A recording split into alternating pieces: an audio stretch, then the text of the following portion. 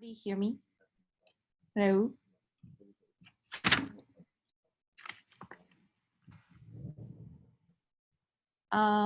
Okay, nice. Yeah, so I just start. So Karen from Hong Kong, and thank you so much for making your time for this topic. So I do a brief introduction, and then I would like to have more like interactions for this call to hear a bit about yourself and the people here, and give a chance for everyone to talk about this topic of which is like data science and female leadership. So like me, myself, originally from China, came to Hong Kong for the study and then like did my job at Microsoft at AIT and a little bit at Merrill Lynch. So in the between also worked on some startup idea from biology startup to like big data startup in the field of blockchain. And also have a really like have a lot of passion to nonprofit work. So I also want to take this chance to share a data science event that I'm organizing. The name called WIDS. So I leave the content later, but let me share my screen first.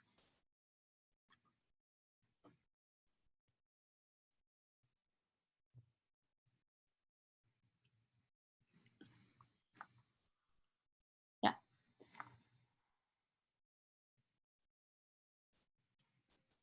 So I want to like to go through a little bit my stories from working at corporations and also startup and also nonprofit, and the idea like how data science has been like changing the way we are living, and also like touching the different industries and giving like especially during the coronavirus where we can see like in almost like all industries, it has disruptions, but also like a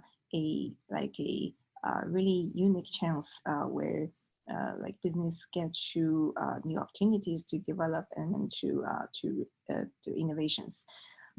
So this is like the other places I've been working at. So it's not a really normal way of career development, but I find like really interesting is like how I sort of see my like see data science has been helpful for different sectors in the society through my experience at startup and also like corporations.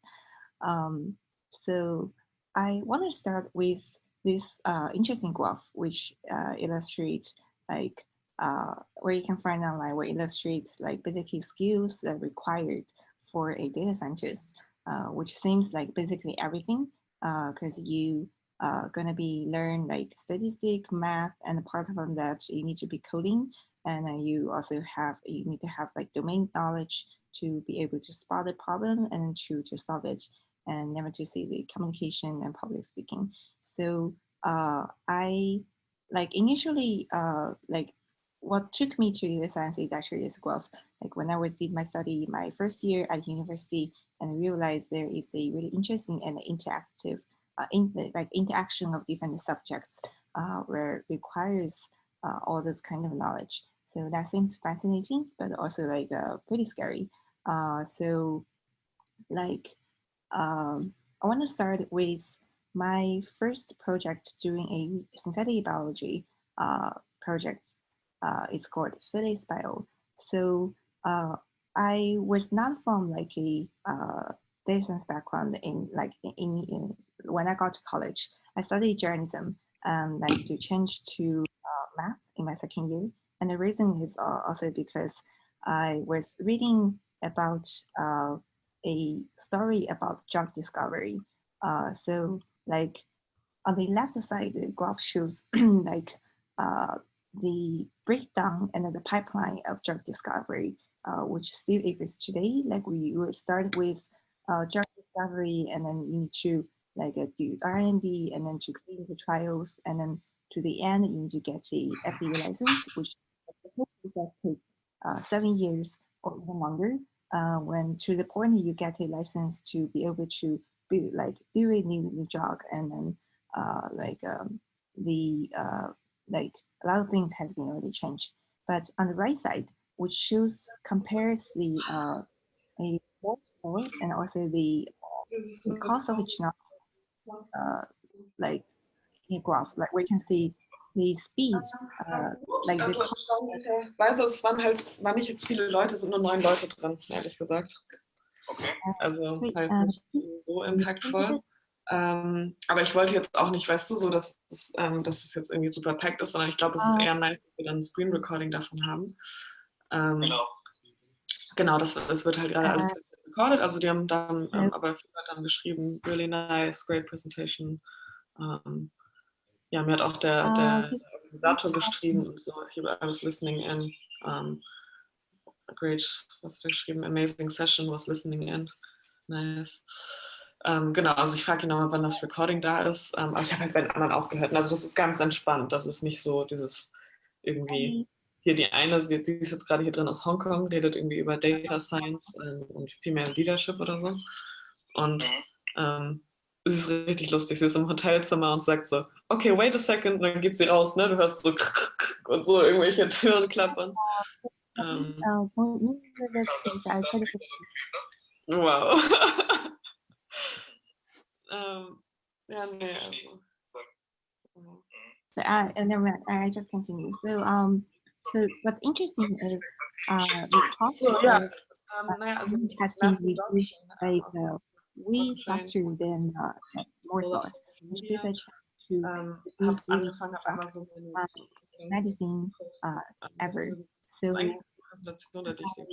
met with a friend and then we started to do a project to trying to think about like what kind of ways we can help to people to get understand more about this field, and also like to especially like in China, like it's really interesting to find like what you study how you pass it or not, whether it's information or not. Wow. So it's the idea to ja, das to build this like one box ja, ich tool. kann dir mal die Slides schicken. Als PDF sieht es aber irgendwie super blurry aus. Also, als Keynote sah es nicht so aus, es waren klare Bilder. Ich habe dann nämlich einmal, ich habe halt angefangen zu sprechen über wie ich eingestiegen bin, so Mass Adoption halt, mein Artikel, den ich vor 4 Jahren veröffentlicht habe, halt auf Steemit da, also ich habe nicht Steemit gesagt, aber ne, eine Plattform so, und dass es halt erst Reality wurde, als man gesehen hat, dass Blockchain jetzt schon so weit ist, dass man halt Währung verwandeln kann, in Euro auch umtauschen kann und so.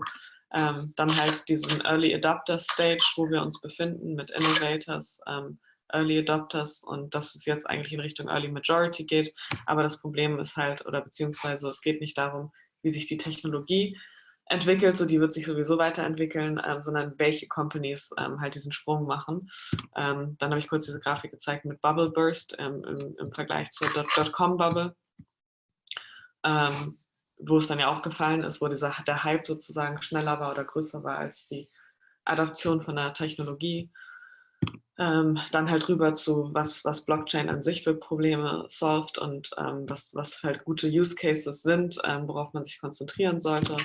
Dann auch das Libra, Mastercard und so diese ganzen Acceptances, dass Microsoft und die ganzen Companies schon dabei sind, das zu bauen. Und jetzt geht es halt wirklich darum, so dass wir dann die Opportunity nutzen, um die Werte von Blockchain zu vermitteln und weiterzubringen. Und deswegen haben wir auch Epics ins Leben gerufen, habe ich halt ein Slide über Epics gemacht, so. Wo wir, so habe ich ganz schnell in einem Satz einfach gesagt, ne, was Epics ist.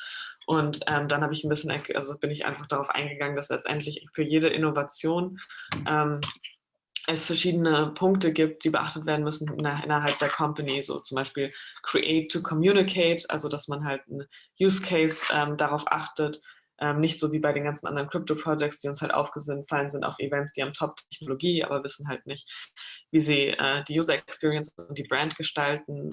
Es muss das Barrier von Entry muss super low sein, dass es nicht schwierig ist, es zu benutzen, so all das.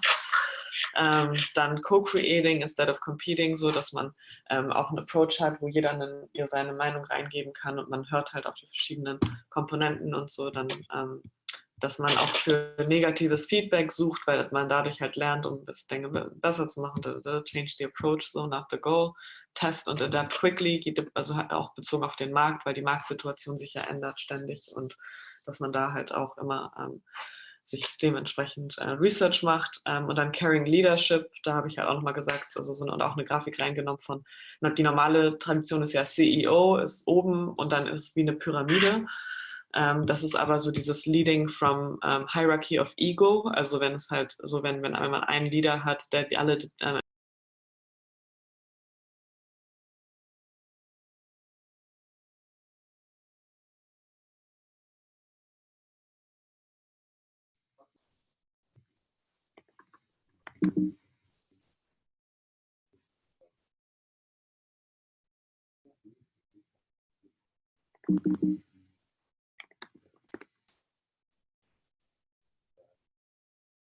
Hey, so sorry for this interruption.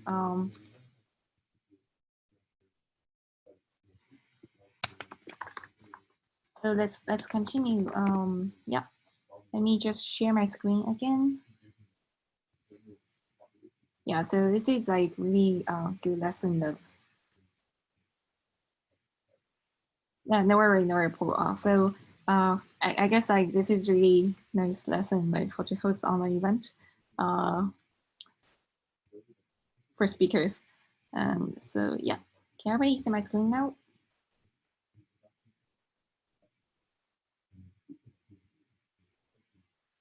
Yeah, let's continue. So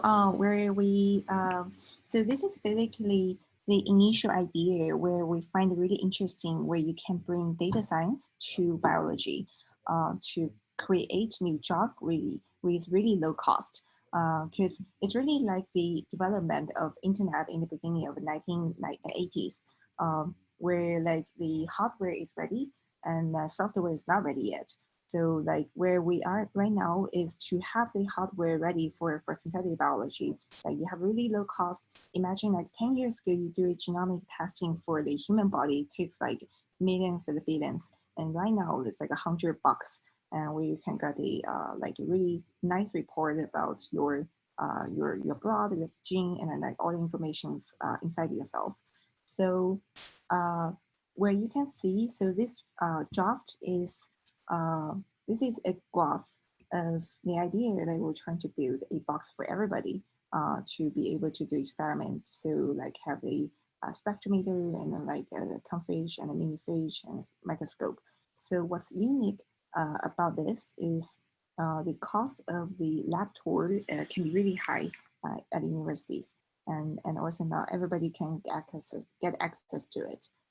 So we started like thinking to to build a really low cost like uh, one box like batteries and to allow everybody to carry it. And also like we can imagine real use cases where people in Africa uh, like have really limited lab resource to do this kind of experiment. So this is the idea, like where we started. And what's really cool is like once you have this hardware to be able to collect the material and collect the information, and you can do all the data manipulations to get insight from it. So half a year later, we have the MVP ready, and also like spend a lot of time in Shenzhen where the oil factory is, and to have this like this Kickstarter campaign, and like my and another interesting experience through this project was the left side graph is where we did the pitch in China, and the right side is a conference about synthetic biology in Boston. So the dynamic is really different. Where like in China, like you can feel the strong, uh, like passive thoughts about synthetic biology for most investors. So like a really common opinion I've been receiving is, why would I need a box? And why would I need some like high tech stuff at my home and never to see the beauty as a business? So I guess there's some like culture difference and like, the background coming from China and also like working between Hong Kong and the US. Um, so that was the first time I was thinking about like when you build something, like solving people's problem is also another consideration to make it successful. So the right side picture is actually MIT's like yearly global community bio summit started by a professor at Media Lab, and also in the between the professor called George Church is a really prominent like professor in the field of synthetic biology, which is also our advisor for the project.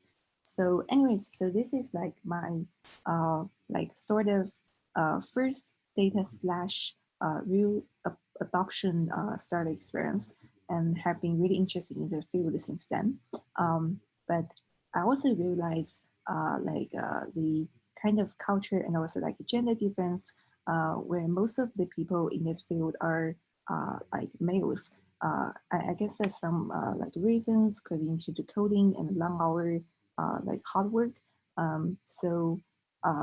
And what like makes me thinking about how it's like to working in this field as a serious job. So later I went to Merrill Lynch and then Microsoft to at the AI team to trying to figure out like how corporations have been using this kind of data intelligent tool to solve industry problem.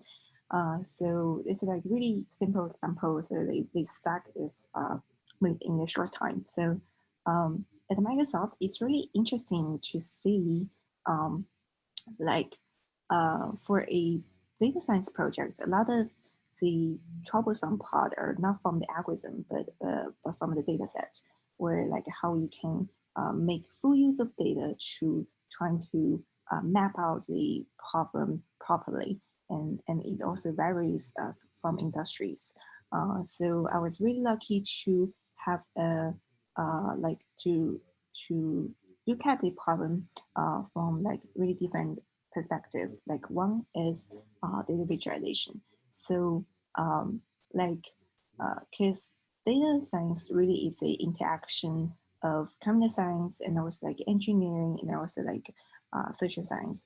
So like visualization allows like it's like how medium has been developed to help to deliver information using text. So right now, like data also serve the similar purpose. So this dynamic 365 is a tool that developed for enterprise data management. So like at the startup, it's a really like compared with startup scale, this is to help the companies, for example, like a hospital or like insurance company, which has massive amount of data to process, and also like for corporation internal management. So that was really cool and like a useful like journey to learn about the dynamic ecosystem. And before that, like Microsoft has been for like I've been know Microsoft from like Word or like Excel, but not this kind of tool. But it was a really mind blowing experience to know the whole pipeline of problem solving using data science is not just about like Python code or not just about some graph. Um, so I will uh, I will like briefly start my story sharing here, and I also want to talk about the community side, and because I think like for this unconference is a really um, like um, really interesting creation to bring together the speakers from different like place and then like different cultures and to spend some time to speak to people like on the other side of the world. So I was sort of thinking like how can we make a real impact using like to help people not in the tech field to be able to use tech. So that's motivated me to do some nonprofit stuff and to know about like social science people, how they solve the refugee problem and how they solve the like different like environmental problem and what's missing in the gap and where technology can come to fill it. And one way really useful to figure it out is by hosting events because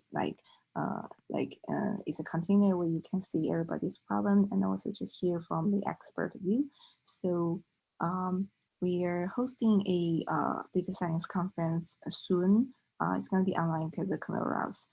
May 6th, so this is China time, 2 hours talk. But have really interesting to have speakers from Google, and then WeWork, and some startups in China called for Paradigm, and the UNDP, and to see the sustainability innovation at United Nations Develop uh, Department.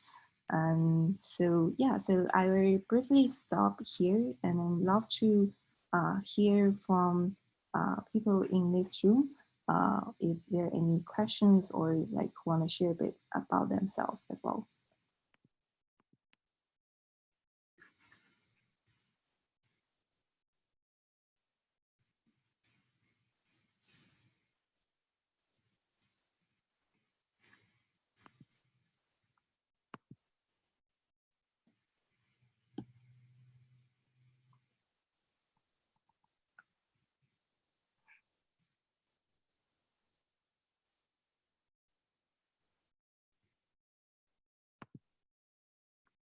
All right, so I think it's about to finish this talk, and thank you so much everyone for your time, and so hope this conference has really successful running. Yeah.